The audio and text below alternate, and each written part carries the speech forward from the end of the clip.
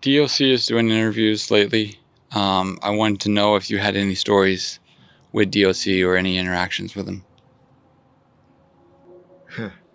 Doc. Doc was around before I came around. I had interactions with him. Show you how much of a bitch Doc is. The Doc is, well, he's from Texas. I don't know him as Doc. I know him as Donald Duck. That's what we always call him because the way his voice sounds now after this car accident, that's what Suge always referred to him as Donald Duck. But this is how scary D.O.C. is. And he's talented as a writer. Talented. This is a nigga that signed the Ruthless for a gold chain, necklace, a medallion. That's what his signing bonus and his assignment to Ruthless Records was. Still a talent. No matter, like what he says about it is D.O.C. says he had to go through something to get to the point where he's at. Well, hopefully Dre is taking care of him like that now. Don't know. I heard you have a daughter that is better than Erykah Badu as far as singing. And she got the body that Erykah Badu, she's a bad little girl. But Doc, and if Doc's writing for her, she's going to be even bad because Doc can write. Doc got the pen, or he knows the people around him to get it.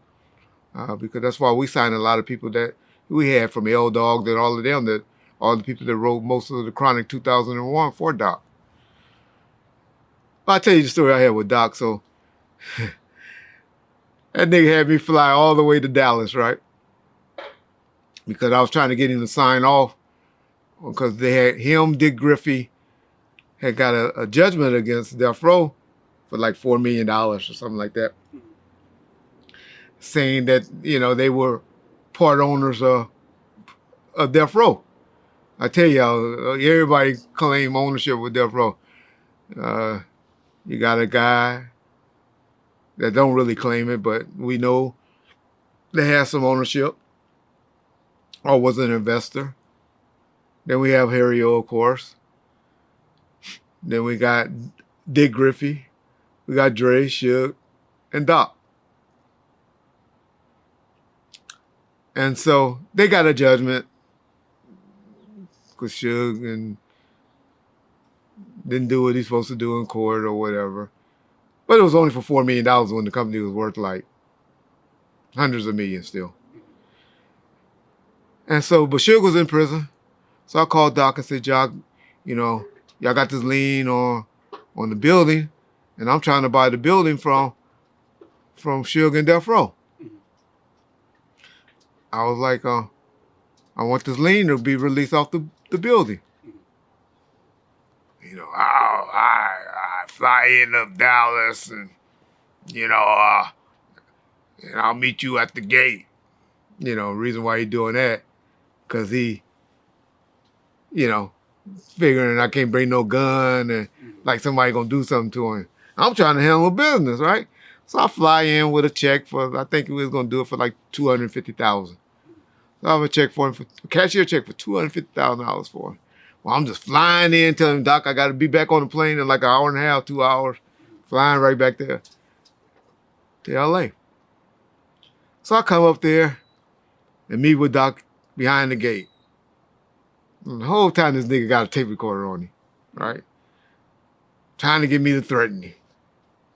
Like, Doc, we just trying to do business. You sign this paperwork, take the lien off, give you this cashier check. Ow. His attorney was Joseph Porter. That's the guy that ended up suing me on the Bounty case, which me and Joseph are still cool though. And so Doc goes, I had to change my mind. I don't want to do this. I don't want to do this now. Like, Doc, why you have me fly all the way out here? The hell of this, and now you changing your mind. I ain't doing that. I ain't. Well, I already done talked to his attorney. Attorney said, that nigga don't sign. That nigga was going to do what? He going to sign without me being involved? He going to sign? He said, let me know if that nigga don't sign. I get off the plane, say, hey, Joseph Porter. Doc won't sign. I needed to, I'm trying to close escrow on the building.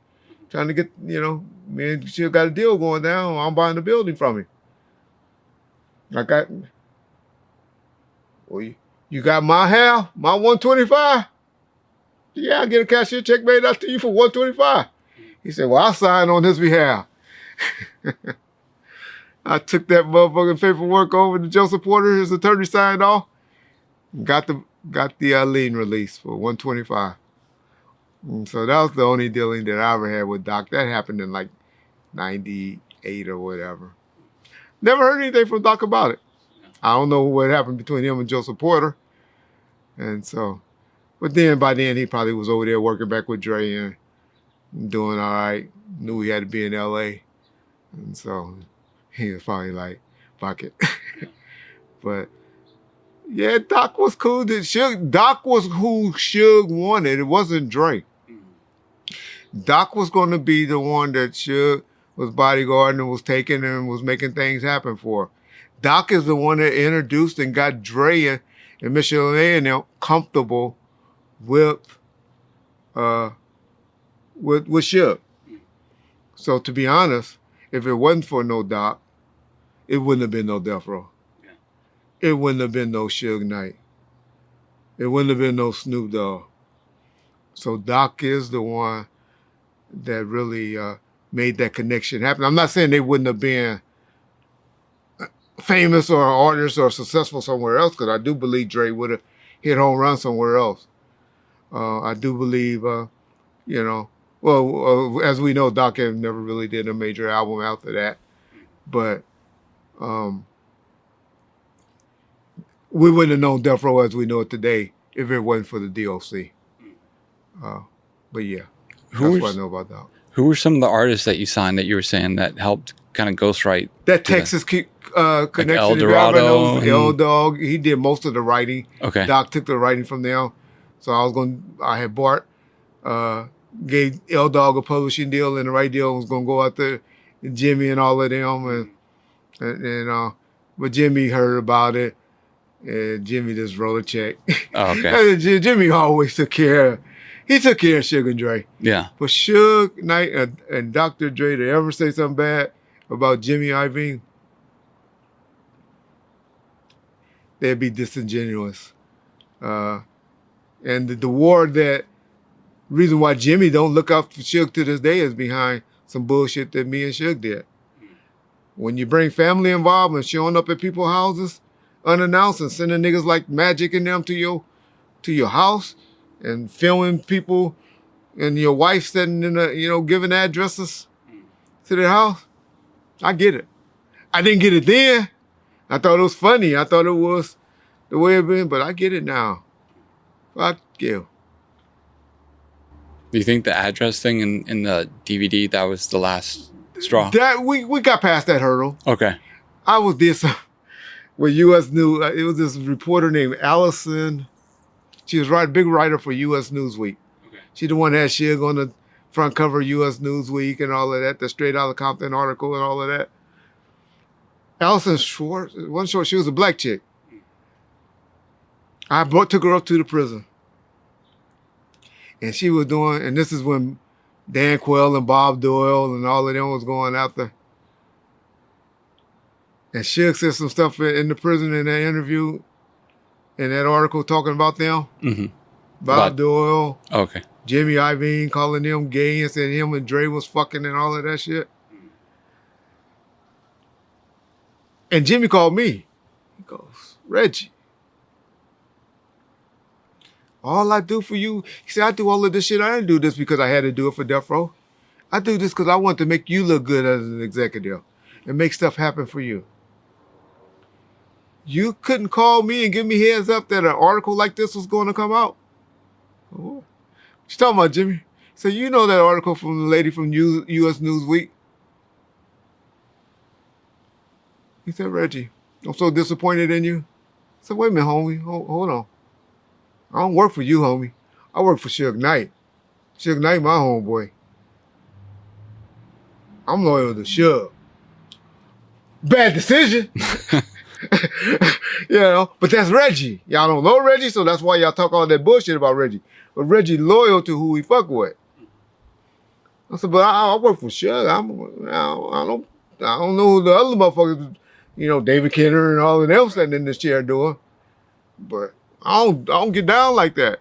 That's what Suge got to say. That's what Suge gonna say. I'll talk to him off the side and say, Suge, you're making a bad decision. Do this, or man, let's rethink this. But I ain't gonna come and say it in front of you. I'll never do that in life to who I'm loyal with. Do it to him now.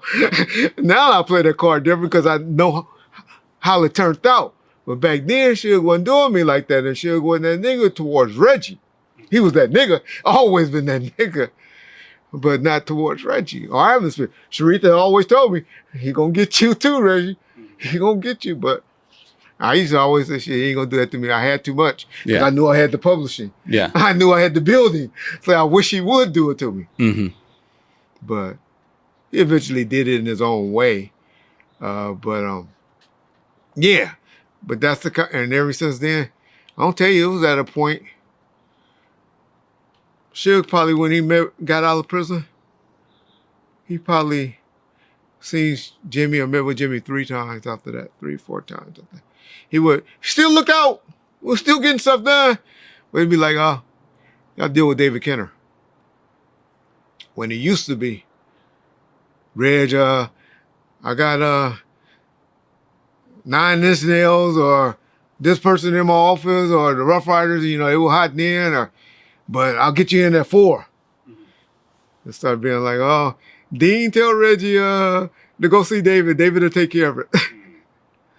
And so it got to that point, even though, I would still do stuff like when they went to Hawaii, even after Suge got home, when Suge wanted to get to Hawaii, I was trying to get him the big suite at the Four Seasons. And shit, they wasn't trying to give it up to us. Where I was just had to call Jimmy. Jimmy, come on, man, tell him. And Jimmy like, all right, Reggie, how much you need? It's $10,000 a night. God damn, Reggie. Put it on your credit card. God damn. And he'll do stuff like that, And it's be like, all right, Reggie, I'll do it for you. But, yeah, that's how the relationship was.